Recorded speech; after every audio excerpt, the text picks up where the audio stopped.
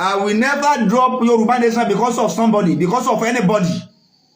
I will not. I will not. Tí òpònú kan bá jáde tó ló máa bá òun fẹ́ sọ àwọn ọ̀rọ̀ gúdúgbé ọ̀rọ̀. Mo fẹ́ sọ red card. Mo fẹ́ mú red card jáde. So tí n bá tú ọ̀rọ̀ Yoruba nation máa bàjẹ́. Yoruba nation ò lè bàjẹ́. Àbí tí gbèsè ayé ẹ bá máa bàjẹ́ má Yoruba nation.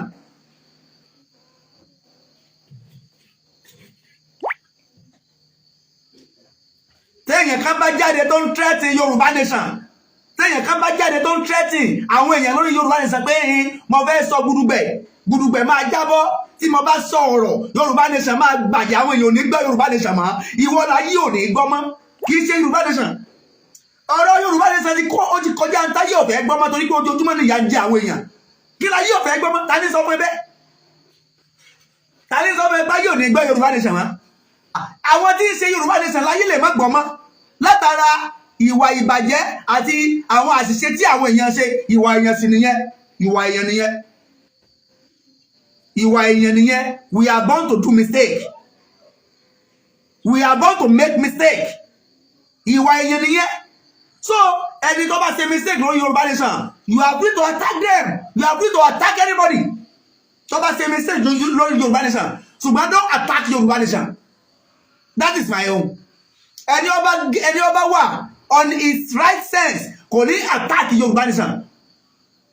O lè attack. You are free to attack people doing Yoruba nation, but don't attack Yoruba nation because Yoruba nation is a massive project. Òpònú lẹ́yìn tó bá sọ pé màá já gúdúgbẹ̀ ọ̀rọ̀ sílẹ̀. Tí wọ́n bá sọ ọ̀rọ̀ tí mo fẹ́ sọ yà àwọn èèyàn ò ní gbọ́ Yoruba nation mọ́. Ọ̀tanra rẹ. Ìwọ ní kó má bà personality ara rẹ jẹ́. Ìwọ ní kó má bà personality ara rẹ jẹ́. O ti fojú ọwọ́ ṣiṣẹ́, má fẹ́ ẹ̀yìn ọwọ́ dànù. Bẹ́ẹ̀ ni, o ti fojú ọwọ́ ṣiṣẹ́, but má fi ẹ̀yìn ọwọ́ da iṣẹ́ tó ṣe yẹn nù. It's like pé o ti fẹ́ máa fi ẹ̀yìn ọwọ́ da iṣẹ́ tó ṣe yẹn. Iṣẹ́ tó ṣe yẹn, o ti fẹ́ máa fi ẹ̀yìn ọwọ́ dànù. Torí pé ẹni ọba ṣiṣẹ́, àwọn ò ní ṣàbòsí èèyàn. Òṣìṣẹ́ lóòótọ́, ayédèrè ọ. Bó o ṣiṣẹ́, ṣùgbọ́n ayé kì í kí aláṣẹ ti kúṣẹ́ o. Ẹni ọba ṣàṣeyọrí láyé máa kí kúṣẹ́. Ẹni ọba ṣàṣeyọrí láyé máa kí kúṣẹ́. Bó ṣe rí nìyẹn. Èèyàn lè ní misunderstanding pẹ̀lú àwọn èèyàn lórí ọ̀rọ̀ Yorùbá nation. Màá wá fi ogún bàbá ńlá kú bàbá mílẹ̀ torí pé àwọn èèyàn àtàkì lórí Yorùbá nation. Yorùbá nation kì í ṣe project èèyàn kan. Ẹnìkan ò lè lé ẹnìkan sẹ́yìn lórí ọ̀rọ̀ Yorùbá nation. Àfikún ìwọ tó bá fẹ́ kúrò ńbẹ̀ gallantly bí ẹ torí àbòsí kan tàbí torí orí ibú kan tó kó wá torí ibú yẹn ọ̀dẹ̀ jẹ tàbí torí wèrè kan tó fẹ́ wá ṣe táwọn èèyàn gbà fún ẹ o lè kúrò lórí Yorùbá nation gallantly. Bó ṣe rí nìyẹn. Ṣùgbọ́n ẹnìkan ò ní ẹ̀tọ́ láti sọ bẹ́ẹ̀ nìkan pé kó fi Yorùbá nation kó o fi sílẹ̀ fún wa. Ẹnìkan ò lẹ́tọ̀ọ́. Kẹ́ni kan wá sí èèyàn kan wá máa sọ fún mi léṣe pé mi gbọ́dọ̀ ṣe Yorùbá nation mà torí kíni. Àwọn tí wọ́n ṣòṣèlú bí mo ṣe jẹ́ àbá àti mo support Yorùbá nation. Àrínú àwọn àbá àtọ̀yẹ́ pé tí wọ́n bá lọ sóde wọ́n campaign fún Tinubu wọ́n campaign fáwọn olóṣèlú. Did they attack them? Did they attack them? People campaigning for Tinubu, did they attack them? So, is it in the Holy Quran to campaign for politicians? So, why not the Quran like campaign for Loselu? So, why not the Quran like campaign for Tinubu? So, why not the Quran like campaign for Peter Obi? So, why not the Quran like campaign for Atiku? Àwọn àfáà kan dẹ̀ ń àtàkì wa pé káwọ̀ ó fi Yorùbá nation sílẹ̀ káwọ̀ ọmọ campaign fún Yorùbá nation mọ́ káwọ̀ ọmọ ṣe Yorùbá nation mọ́. Ẹ wo àbòsí. Inna Allaha la yaslimu an-nasa shay'an walakinna an-nasa anfusahum yaslimuna. Kí ló dé táwọn èèyàn jẹ́ alábòsí náà?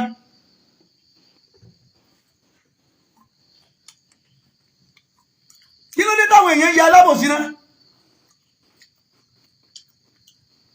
Àwọn àbá kan kóra wọn jọ wọ́n pe gbogbo nǹkan ní bídíà bó ṣe léyìí bídíà bó ṣe léyìí bídíà ọwọ́ náà eléyìí ọwọ́ náà bàbá ńlá kú bàbá yín lọ dáná ni.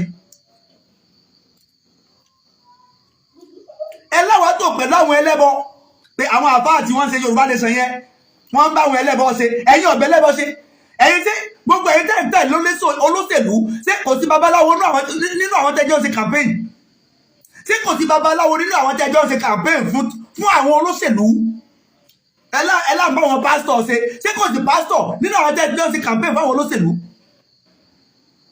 ẹ ti fail you people ẹ fail woefully. ẹ̀yin ṣe campaign fún àwọn olóṣèlú ẹ ń campaign wọ́n ń gbé owó fún yín àwọn ń béèrè ogún tó jẹ́ pé àrùn ọmọdé ọmọ títí wa máa bá ẹnì kankan wọn gbowó fún wa olóṣèlú kankan wọn gbowó fún wa. à ń sẹ́ni láì wọ́n rọ̀sùn lì ẹ̀dẹ̀ ń àtàkì wa bẹ́yìn òbí ọlọ́mọ àbí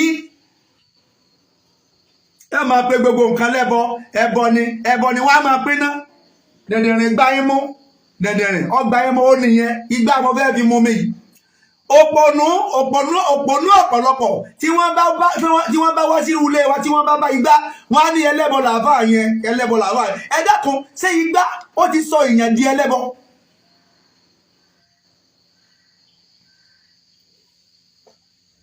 ṣé igbá ti sọ ìyẹn dẹ́lẹ́bọ ìgbà tó yẹ kó làwọn bàbá wa fi máa mú mi kí kọ́ọ̀pù tó dé ìgbà tó yẹ kó làwọn bàbá wa máa fi jẹun kábọ̀ oúnjẹ tó dé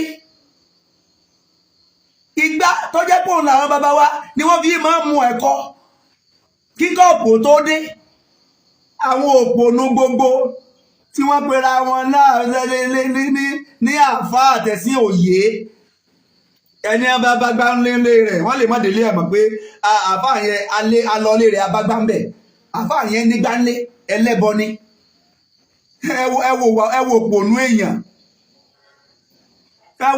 èèyàn torí pọ́ bá gbá nílé èèyàn ó ń pè lẹ́lẹ́bọ ó ń pè láláyé ó ń pè ní ẹni tí ń ṣẹbọ mọ́lọ́run ó ń pè láláyé àfáà àti ọmọ nǹkan kedere ní ẹ òpònú ní ẹ ó ní màá tún fi mú mi. tí wọn ọba gbọ́ síra rẹ kábọ̀ oúnjẹ ó tó dé kí làwọn bàbá lákù bàbá rẹ fi ń jẹun kí làwọn bàbá lákù bàbá rẹ fi ń jẹun kábọ̀ kí kó tó di pé àwọn òyìnbó bẹ̀rẹ̀ sí ní ṣe abọ́ kí làwọn gbé lọ́wọ́ àwọn fọ́fadà rẹ̀ kí ni wọ́n fi ń jẹun ìwọ tó ń pe gbogbo èèyàn lẹ́lẹ́bọ ìwọ tó ń sọ pé àwọn mùsùlùmí tí wọ́n ń ṣe Yorùbá nation ẹlẹ́bọ ni wọ́n àwọn Yorùbá tí wọ́n ń ṣe àwọn àfáà tí wọ́n ń ṣe Yorùbá nation lẹ́nu tiẹ̀ òun pè wá lẹ́lẹ́bọ pé so àti darapọ̀ mọ́ àwọn ẹlẹ́bọ torí pé àwọn ẹlẹ́bọ ni wọ́n ń béèrè Yorùbá nation mo fẹ́ bi eléèrè àwọn tí wọ́n gba owó Nàìjíríà kí ni wọ́n o ṣé wọ́n sọ fún ọ pé mùsùlùmí làwọn tí wọ́n gba owó Nàìjíríà àwọn tí wọ́n gba independent ṣé Awólọ́wọ̀ jẹ́ mùsùlùmí ṣé Awólọ́wọ̀ jẹ́ mùsùlùmí ẹ máa ṣe làákàyè téèyàn bá kéwú èyàn máa ń ka làákàyè má kéwú ni èyàn máa ń ka làákàyè má kéwú ni bẹ́ẹ̀ náà ni lórí káórìrè owó ẹyọ tí wọ́n bá ibi tí òpònú ẹlòmíì ya òpònú dé tí wọ́n bá ká owó ẹyọ mọ́ èèyàn lọ́wọ́ tàbí wọ́n rí owó ẹyọ nínú ilé èèyàn wọ́n ti bílù pé olóògùn ni ẹ dákun kí ni owó ẹyọ ní í ṣe pẹ̀lú pé èèyàn jẹ́ lẹ́bọ tàbí èèyàn jẹ́ olóògùn o ní owó tó jẹ́ pé òun làwọn bàbá wa ná látijọ́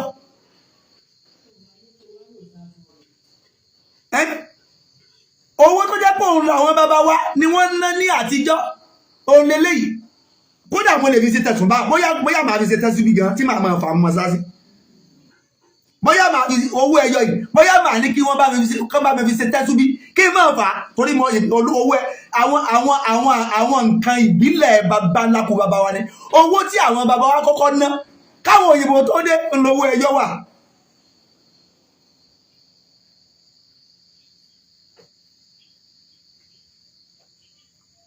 èmi ò bá àwọn babaláwo mi ò bá traditionalist yà torí nínú ilé ẹnì kọ̀ọ̀kan wa kọ̀sẹ́ tí ò ní àwọn oníbílẹ̀ onífá ni wá nílé wa àwọn baba ńlá wa onífá ni wọ́n àwọn tí sì ń ṣe fá mẹ́nu ilé wa so ìjà kí la fẹ́ jà tí tèmi ni pé mi lè bá wọn ṣe ifá mi ò dẹ̀ lè fọ́ọ̀sì àwọn náà kí wọ́n bá wá bá mi ṣe ẹ̀sìn mi. That is what Quran taught us. There is no compulsion in religion. I have no right to force anybody with my religion, and you have no right to force me with your religion. No, there is no la ikraha fi din. La ikraha fi din qad tabayyana rusulu min al-ghayyi. La ikraha fi din. There is no compulsion in religion. Àwọn òpònú tẹ́sí òye àwọn àfáà àti darapọ̀ máwọn àwọn babaláwo ẹlẹ́bọ ní gbogbo àwọn tó ń bèèrè Yorùbá nation. Alábòsí ni ẹ́ ẹ lọ gbé o kẹ́kọ̀ọ́ tiẹ̀ kẹ́ láàfáà fi gbá momi ẹlẹ́bọ làfáà orí ẹ dàrú nìyẹn o ọmọ tó ń ṣe nìyẹn o òun rèé màá tún fi momi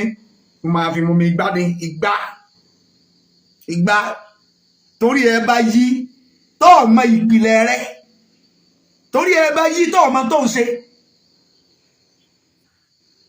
wọ́n bí àwọn sínú Islam right kì í ṣe gbogbo tí àwọn baba ńlá kú baba wa ṣe òun náà ní tí ọ̀dà rárá gbogbo ń tàṣe kọ́ ní ọ̀dà. This is part of their creative.